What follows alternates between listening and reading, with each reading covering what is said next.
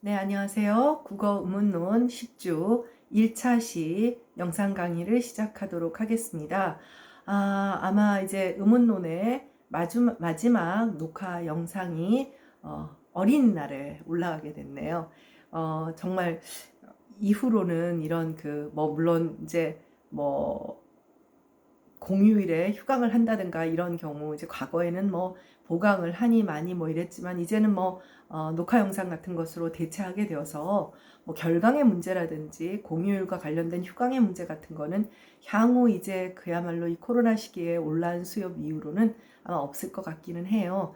그러나 일단 정말 바람이 있다면 이제 여러분들하고 이제 나머지 이제 11, 12, 13, 14, 15주 기말고사까지 이제 얼굴을 비록 온라인 상으로나마 얼굴을 마주하고 이제 하겠지만 2학기에는 그야말로 대면 강의를 할 수 있기를 전면 대면 강의죠. 이제 코로나 이전으로 그대로 돌아갈 수는 없겠지만 그래서 부디 새로운 변이들이 큰 문제 없는 그런 독감 수준의 것으로 빨리 가라앉았으면 좋겠네요.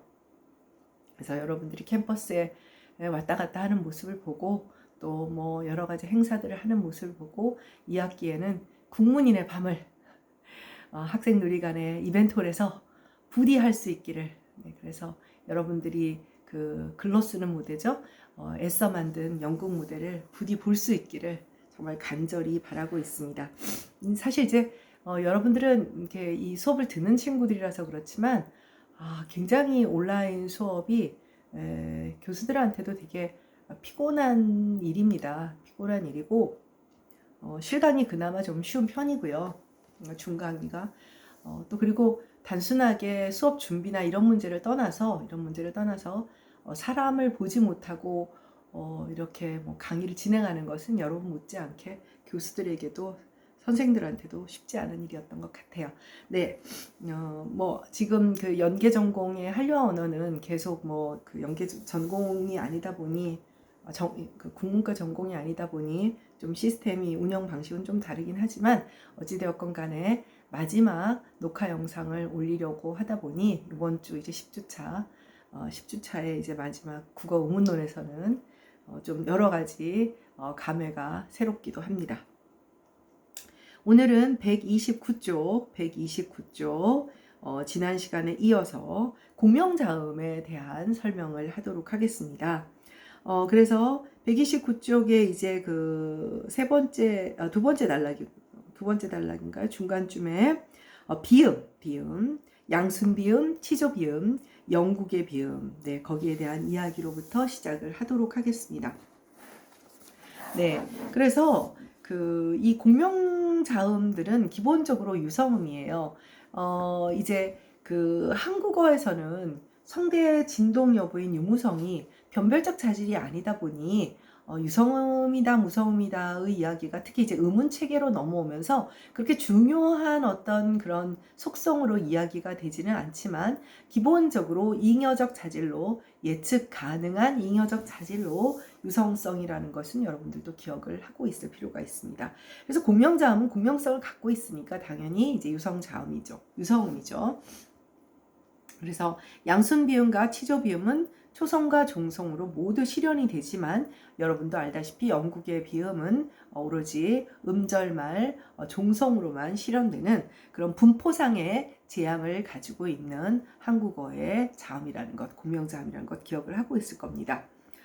그리고 또 언어에 따라 변이음으로 비모음이 나타날 수 있지만 한국어에는 비모음이 없다라는 거예요. 그래서 비모음을 가지고 있는 대표적인 언어가 불어다라는 이야기를 앞서 했는데 결과적으로 불어의 경우에는 모음과 비모음의 대립 체계를 갖고 있는 것이죠. 한국어에도 음성학적인 차원에서 비모음이 없는 것은 아니에요. 예를 들면 경상도 방언에 가면 산이, 야, 저 산이 높아 이럴 때 산이. 자, 그런데 경상도 방언에 가면 사이 이렇게 말을 해요. 또 강이 깊어 그럼 가이 이렇게 말을 합니다. 사이, 가이. 자, 여러분들은 들으면 어떻게 받았을까라고 생각을 하지만 사이, 가이는 비자음이 탈락을 해요. 산이에서는 치조 비음이 탈락을 하고 강이에서는 영국의 비음이 탈락을 해버려요. 탈락을 해버리고는 그 비음성만이 앞뒤의 모음에 남게 돼요. 그런 것을 이제 색깔을 입히면서 컬러링이라고도 하는데, 그렇게 되면 어떻게 되냐면 상대적으로 앞뒤의 모음, 산에서 아 모음, 주격조사 이의 이 모음은 비음성을 갖게 되죠. 그럴 경우에 비모음으로 실현이 되는 거예요. 사이, 가이. 그런데 이런 경우에는 의문론적인 어떤 현상이라기보다는 특정 방언에서 나타나는 음성적인 어떤 변이 현상이다라고 보아야 한다는 것이죠. 네, 그 다음 129페이지 마지막 단락은 역시 공명자음인 유음에 대한 이야기입니다. 유음은 여러분들이 앞서 그 이제 변이음을 살펴봤었잖아요. 우리 어디 있더라? 122쪽이죠. 네.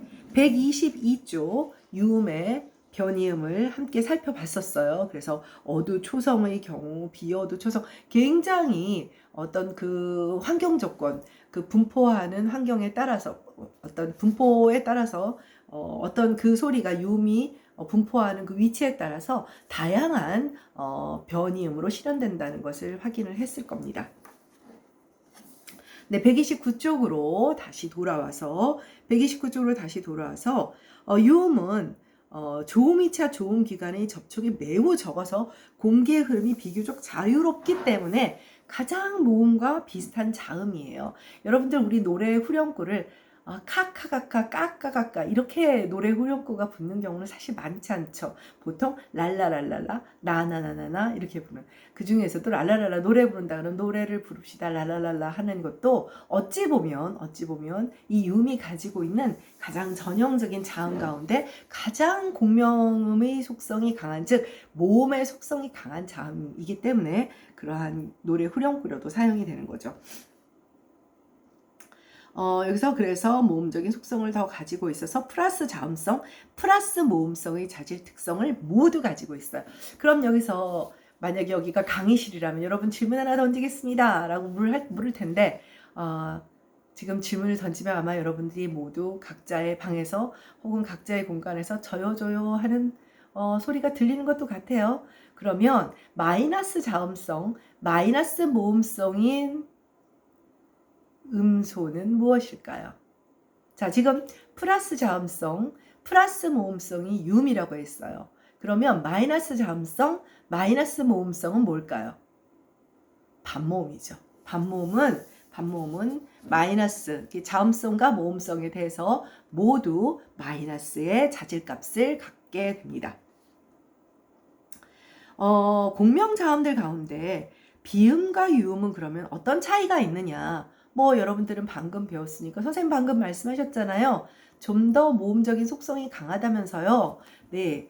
이런 어떤 모음적인 속성이니 뭐니 이런 것들을 이야기할 때 의문론적 강도라는 phonological strength라고 하는 개념이 있습니다. 그래서 130쪽에 가보면 먼저 130쪽을 살펴보도록 할까요? 자음의 의문론적 강도와 모음의 의문론적 강도를 소개했어요.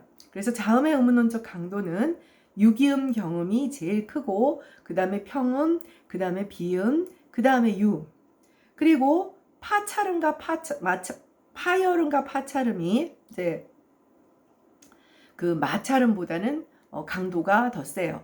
여러분들 지금 자음의 의문론적 강도에서 유음에 비해서 유기음이나 경음이 의문론적 강도가 크다라는 것은 자음은 좀 더 자음적인 속성이 강할 때 의문론적 강도가 크다라는 것을 확인할 수가 있고, 상대적으로 파열음과 파찰음은 폐쇄의 순간을 가지고 있는 소리들이잖아요. 그래서 폐쇄의 속성을 가지고 있어서 장애가 더 많이 일어날 때, 왜냐하면 자음의 속성이라고 하는 것은 구강 내에서 장애가 일어나는 거예요. 기류의 장애가 일어나는 것이 가장 자음의 큰 속성을 갖는 것이거든요. 그렇다면 상대적으로 마찰음은 기류의 장애가 말하자면 폐쇄가 일어나지는 않잖아요. 그렇죠? 그렇기 때문에 상대적으로 의문론적 강도가 파열음이나 파찰음과 같이 폐쇄의 순간이 있는 자음들보다는 의문론적 강도가 작게 되는 것입니다. 그리고 두 번째 모음의 의문론적 강도는 저모음, 중모음, 고모음, 반모음. 이제 반모음은 우리가 방금 지금 자음은 자음적인 속성, 즉 순수자음일수록 의문론적 강도가 크다라고 했어요. 자음의 속성이 클수록, 즉 기류의 장애가 확실하게 일어났을 때 이제 자음의 의문론적 강도가 크다고 했다면, 상대적으로 모음은 어떨까요? 전형적인 모음, 훨씬 더 기류가 방출되는 게 클 때, 그럼 구강이 입이 크게 벌어지는 개구도가 큰 모음이 모음에서는 의문론적 강도가 더 크겠죠. 그러니까 결과적으로는 뭐겠어요? 개구도가 큰 모음은 저모음, 즉 아가 대표적인 것이고, 상대적으로 모음성이 가장 없는 반모음의 경우는 의문론적 강도가 모음의 경우에는 가장 작다고 할 수가 있게 됩니다. 네, 129쪽 설명은 이미 다 했지만 다시 한번 정리를 해보면, 129쪽 하단에 분절음들 간의 비교를 통해 상대적인 강도 차이를 보여주는 것이 의문론적 강도이다. 자음은 자음성이 강할수록, 모음은 모음성이 강할수록 의문론적 강도가 크게 된다. 자, 그래서 지금 1, 2번 130쪽에 1, 2번에 예를 들어서 설명을 한 겁니다. 자, 근데 비음과 유음의 경우는 지금 여기서는 비음이 의문론적 강도가 더 크다라고 했지만, 사실은 여기에 대해서 판단하는 것이 굉장히 어려워요. 그래서 유음이 의문론적 강도가 더 큰지, 비음이 의문론적 강도가 더 큰지를 판단하는 기준이 사실은 좀 어렵습니다. 단 여기서는 순수자음의 속성이 더 강할수록 의문론적 강도가 크다고 했기 때문에 플러스 모음성을 갖고 있는 유음이 비음에 비해서 의문론적 강도가 작다라고 설명을 해놓은 것이죠. 네, 그래서 유기음과 경음의 의문론적도 거의 같고, 평음에 비해 의문론적 강도가 큰 이유는 그 유성음들 사이에서 유성음화를 하지 않는다. 유성음화를 하지 않는다는 것은 뭐냐면 그만큼 자음의 속성이 강하다는 것이거든요. 그래서 무성음으로 늘 실현되어 기류의 장애를 보이는 자음의 전형적인 속성을 유지하고 있기 때문이다. 비음이 유음보다 음론적 강도가 큰 이유는 비음의 조음을 위해 구강에 폐쇄가 있으니까, 아까도 계속 얘기했죠. 네, 폐쇄가 있으니까 유음에 비해서는 어떤 의문론적 강도가 크다고 볼 수 있지 않겠느냐라고 하는 것이죠. 장애음들 가운데 마찰음이 가장 의문론적 강도가 약한 이유도 역시 기류의 장애가 약하다. 왜? 완전히 폐쇄되지 않으니까. 그리고 모음은 공명도가 클수록 의문론적 강도가 큰데, 당연히 개구도가 큰 저모음이 가장 의문론적 강도가 크게 된다. 네. 네, 선생님이 설명한 것들이 책에 다 정리가 되어 있습니다. 마지막 단락, 유음은 좋은 방식에 따라 탄설음과 설측음이라는 변임을 갖는다는 것을 앞서 이미 살펴봤죠. 그런데 외래어의 경우도 지난번에 설명을 했습니다만은, 원래 한국어의 경우에는 알타의 속성에서 어도의 유음이 오는 것을 꺼려해요. 꺼려하기 때문에 원래는 올 수 없었던 거예요. 올 수 없었던 것인데, 외래어의 영향, 이제 랭귀지 컨택트, 언어 접촉을 통해서 외래어가 많이 들어오다 보니 발음을 할 수 있게는 되었어요. 할 수 있게는 되었으나 유음이 이제 어디에 오는 그런 상황이 이제 최근에 들어서이기 때문에 외래어의 발음의 경우에는 사람이 한 개인, 그러니까 선생님조차 혹은 여러분들조차도 의식을 하지 못해서 어떨 때는 탄설음으로 예를 들면 탄설음으로 발음을 해서 런던 이렇게 말을 했다가, 어떨 때는 설측음으로 런던 이렇게 발음을 한다는 거예요. 왔다 갔다. 그러니까 거의 자유변이처럼 이제 그런 이야기를 하고 있습니다. 그래서 131쪽에도 네, 그런 어떤 화자들이 이 설측음의 자유변이적인 외래어를 발음할 때 자유변이적인 성격을 잘 이제 인식하지 못하고 사용하고 있다라는 이야기를 하고 있습니다. 네, 그 다음에 131쪽에서부터 이제 좀 중요한 얘기를 하게 됩니다. 히읗이 과연 평음이냐, 유기음이냐. 그래서 여러분들 선생님이 여러 번 강조를 했습니다만은, 우리 교재의 53쪽을 한번 살펴볼까요? 교재 53쪽입니다. 교재 53쪽은 음성체계예요. 그래서 한국어의 자음 음성체계라고 해서 히읗을 봤더니 유성음인 경우와 평음인 경우 이렇게 되어 있죠. 유성음인 경우는 여러 번 설명을 했습니다. 뭐 영희라든지 뭐 영호라든지 원래는 H인데 수의적인 히읗 탈락의 경우인 것이고, 여기서 중요한 것은 평음으로 H를 분류해 놓은 거예요. 음성적으로는. 그러니까 이것은 무슨 얘기냐? 음성적으로는 구태여 한국어의 성문 마찰음을 이 히읗이라는 문자가 나타내는 음을 유기음으로 볼 수 있느냐라고 하는 그런 의구점이 있다라는 것이죠. 반면에 128쪽에 가보면 128쪽에서는 히읗을 이 성문 마찰음을 유기음으로 분류를 해놨어요. 결과적으로 지금 이 128쪽의 표는 음소 체계잖아요. 음소로서는 유기음이다. 우리가 인식하는 차원에서는 유기음이다 라는 것을 강조를 하고 있는 것이죠. 음성적으로도 유기음이라고 분류를 하는 분들도 계세요. 음성적으로도. 그러나 이제 선생님 같은 경우는 이게 꼭 정답이다라고 생각한다기보다는 음성과 음소의 차이가 있다는 점과 왜 그러한 차이가 나오는지에 대해서 좀 설명을 하고 싶었기 때문에 약간의 이제 분류를 해놓은 것입니다. 네, 그래서 131쪽을 한번 함께 보도록 할까요? 자, 5째 줄이죠. 2번째 단락. 한국어의 자음의 음성 체계와 음소 체계에서 성문 마찰음, 즉 문자 히읗으로 나타나고 있는 성문 마찰음은 과연 평음인지 유기음인지, 네, 평음으로 보는 입장은 다른 유기음들과 비교했을 때 유기성이 상대적으로 약하다는 점, 그리고 파열음이나 파찰음과는 달리 마찰음의 경우 평음, 경음, 유기음을 모두 가지고 있지 않죠. 마찰음, 치조 마찰음을 생각해 보세요. 치조 마찰음은 어때요?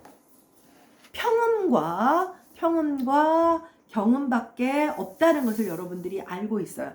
선생님이 그런 얘기는 이미 했었죠. 그러니까 실제로 치조 마찰음의 평음은 유기성을 좀 더 가지고 있다라는 얘기를 했기는 했습니다. 어찌되었던 간에 성문 마찰음도 마찰음인데 치조 마찰음을 보면 마찰음의 경우에는 유기음이 없어. 그렇다면 마찰음 체계에 일관된 어떤 분류를 생각한다면 성문 마찰음도 유기음이 아니라고 보는 것이 맞지 않나. 네, 이런 견해도 가능하다는 것입니다. 네, 그래서 만약에 치조 마찰음의 경우에는 이제 예를 들면 유기음을 가지고 있다 이렇게 본다면 치조 마찰음은 이것도 뭔가 일관되게 보려고 하면 평음이 없고 유기음과 경음만 있고 또 유기음 히읗만 있다고 보는 아주 요상스럽고 자연스럽지 못한 체계가 만들어진다라고 하는 것이죠. 특히 히읗은 유성음화를 하는 까닭에 음성학적으로 평음을 보는 것이 더 타당하다는 거예요. 자, 이제 미치겠는 거죠. 바로 이 부분에서 정신이 나가기 시작하는 겁니다. 그러니까 무슨 얘기냐면 노타, 국화, 유기음화가 있어요. 음운 과정에 유기음화가 있어. 그러면 얘가 유기음이 아니면 평음과 결합해서 유기음을 할 수가 없잖아요. 그런데 자, 영어 우리가 앞서 배웠던 히읗이 탈락한다고 하지만 실제로 유성음화 하는 거잖아요. 음성기호도 앞에서 봤잖아요. 아니 그러면 유성음화를 한다라고 하는 것은 평음이라는 얘기예요. 여러분들 티읕이나 쌍디귿 혹은 쌍기역이나 키역이 유성음화 하는 거 봤어요? 파찰음이나 파열음에 유기음이나 경음은 유성음화 하지 않아요. 자, 유성음화 하는 것은 뭐냐면 평음뿐이란 말이에요. 그래? 그럼 유성음화를 한다면 얘는 평음이네? 이렇게 보면 이렇고 저렇게 보면 저렇고. 네, 정말 난제 중에 난제고요. 실제로 굉장히 어려운 문제이기도 합니다. 아직도 해결이 안 된 부분이라고 할 수도 있고요. 또 음성학적으로 평음에 가깝다고 한들 우리가 인지적으로 여러분들 다 지금 아무리 봐도 유기음 같아요. 세종대왕도 문자를 만들 때 전청 평음이거든요. 차청 유기음이에요. 근데 그 차청 속에 히읗을 분류해 놨어요. 문자를 만들 때부터 차청, 현대국어 유기음에 해당하는 것으로 분류해서 문자를 제작했거든요.